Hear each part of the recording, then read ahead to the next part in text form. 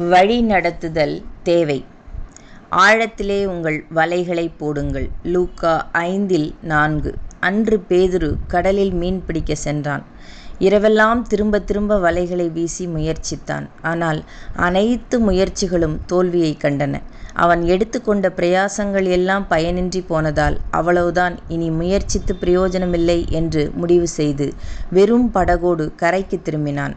ஆனால் அடுத்த சில மணி நேரங்களுக்குள்ளாக அதே கடலில் அதே பேதுரு வலை வீசி 2 படகு நிரம்ப வழியத்தக்க அளவில் ஏராளமான மீன்களை பிடித்தான்.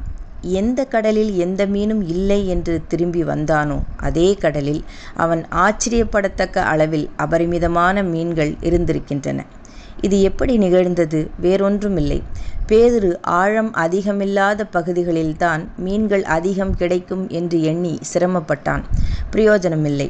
அவனுடைய மீன்பிடி தொழில்நுட்பத்திறன் சரியான இடத்தை அவனுக்கு வெளிப்படுத்தவில்லை.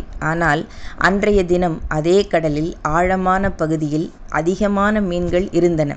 பேதுருவின் தொழில்நுட்பத்திற்கு எட்டாத அந்த இடத்தை இயேசுவின் கண்கள் கண்டது. எனவே இருக்கும் இடத்தை அறியாமல் இல்லாத இடத்தில் இரவெல்லாம் தேடிய பேதுருவை நோக்கி இயேசு, ஆழமான இடத்தில் உன் வலைகளை போடு என்றார்.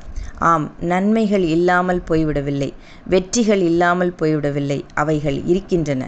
ஆனால் அவைகள் நம்முடைய பார்வைக்கு எட்டவில்லை. அங்கே தேவனுடைய வழிநடத்துதல் நமக்கு தேவைப்படுகிறது. அவருடைய சுட்டிக்காட்டுதல் மிகவும் அவசியமாகிறது. அவர் காண்பிக்கும் திசையில் நிச்சயம் நாம் இதுவரை அடைய முடியாத ஆசீர்வாதங்கள் அபரிமிதமாக உள்ளன. தேவனே, என் கண்களுக்கு முன்னால் எந்த நம்பிக்கையின் அறிகுறியும் தெரியவில்லை. தேவனே, என் ஞானத்திற்கும் புத்திக்கும் எந்த நன்மையும் இருப்பதாக தோன்றவில்லை.